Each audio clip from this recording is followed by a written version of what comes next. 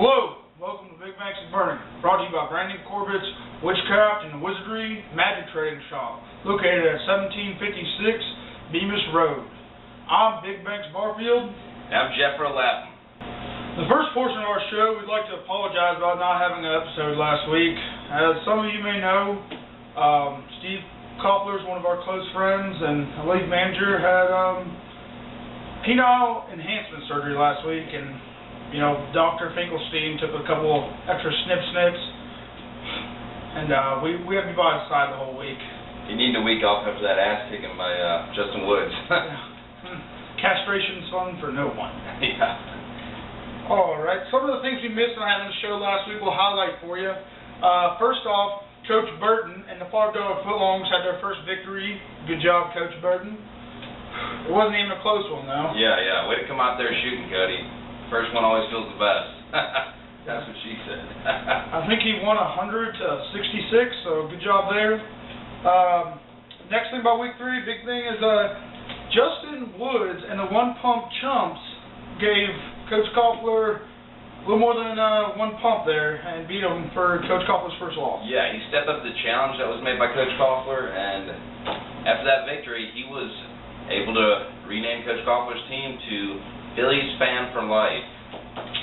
Which, yeah, I mean, you could have been a little bit more creative because who the fuck cares about the Phillies? Yeah. But, you did what you did. You're fine with it. We're okay. And probably one of the best things about week 3 was Chad Culpepper and Fear the Beard won again, sending his team as the only undefeated team going up to this last week.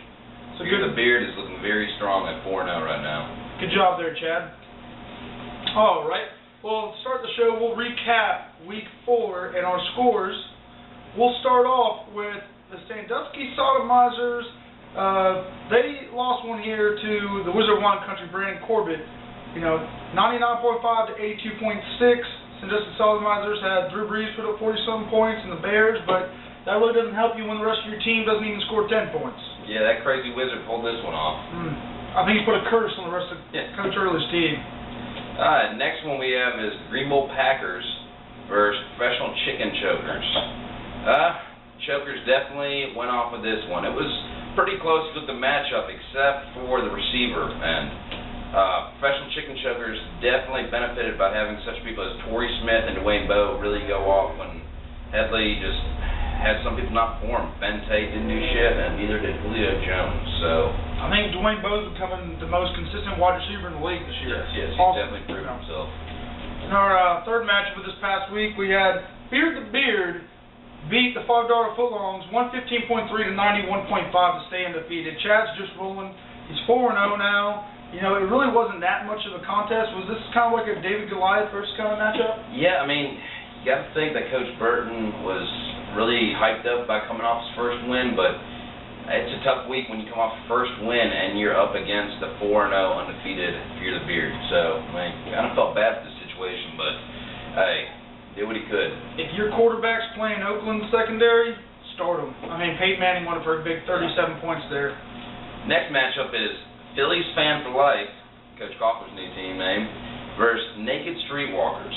This was a close game throughout the whole thing. I noticed many times it was tied throughout the whole thing. The projections were right there tied, and it was interesting going into Sunday night and Monday night's game because they were sitting at 3 people each left to play, and I think Coach Roundtree owes a big thanks to Brandon Marshall for that end of the game win right there. That really pissed Coach Koffler off probably, but chances are if you had any part of Chicago's team last night, they helped you out. Yes, true. Chicago definitely took it to the bank against Dallas. Tony Romo, he bounced 5 checks last night.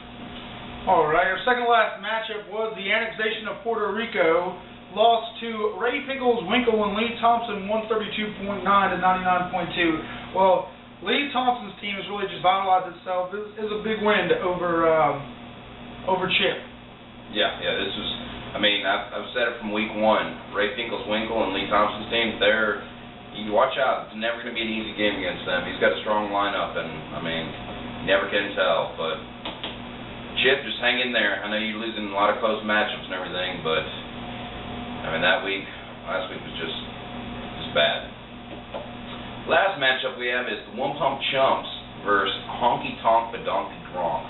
And Coach Ballmer was able to pull this one out from the old ATL. I guess, you know, he won convincingly by about 35 points. So, good job, Coach Ballmer. Jake and his team have pretty much come out of nowhere. Maybe we need to start testing for some growth hormones or something. Yeah. With him or Katrina? The next portion of the show, once again, it's my favorite. Big Banks just loves these, I'll tell you that much. Are our tweets from about our twatters who play football. We just want to start out by saying if anybody has any recommended tweets or any funny tweets they think we should go on live on air, feel free to message us and send those in. But this week, we have Dirty Bird Bermudez. And he says, me and Sailor just wanted to give a shout out to everyone and say, go Falcons. Hope everyone is enjoying all my pics of my son and my bald head that I keep putting up on Facebook. I'm sure everybody's really enjoying those. You know, at least he's not putting up pictures of his skinny legs.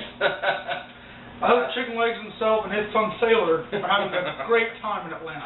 Yes, good to hear from you both. Next we have Deep in Ginger Campbell, 69. He says, my redheaded girlfriend doesn't know shit about football, so can some of my friends please help me and call me once in a while to help me out in my other league, since I couldn't get in Delta Chi League this year? Probably not. Sorry, Cody. Good luck this year in your bullshit league. Cody, this has gotten out of ridiculous, okay? I'm about to come over there, pull my special move on you, because I'm tired of hearing you asking me about football. Come on, son. Why don't you just give us control of your team and go play with yourself and your soulless vampire redheaded girlfriend? Coach Crawford says he gets about 3 phone calls a week. Jeez. Cody, Coach Crawford wants to make this clear. Don't trade Aaron Rodgers. Tired of you asking. In our third portion of our show, we will be looking at the current standings after 4 weeks and how each team is looking. Lots changed over these last 2 weeks. It has.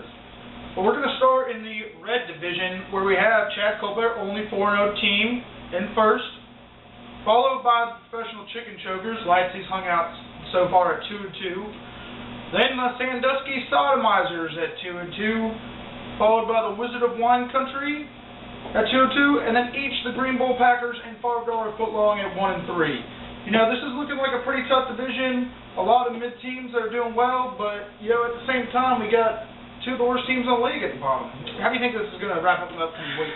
I mean, the red division, it's a tough one, especially with Fear the Beard in there. But I mean, if you look over at the Buff team, Buff division, you have Honky Tonk Badonky Gronk on a hot streak, sitting at 3-1 leading that division. But then, might as well call this division Division 500, because you have One Pump Chumps, Phillies Fans for Life, Naked Streetwalkers, and Ray Finkel's Winkle, all sitting at 2-2, and Chip with the annexation of Puerto Rico bringing up the rear at 1-3. So, I mean, got a lot of factors coming into these future games. Got a lot of bye week teams, got injuries starting to hit. I mean, anything can happen, but it's so far so good.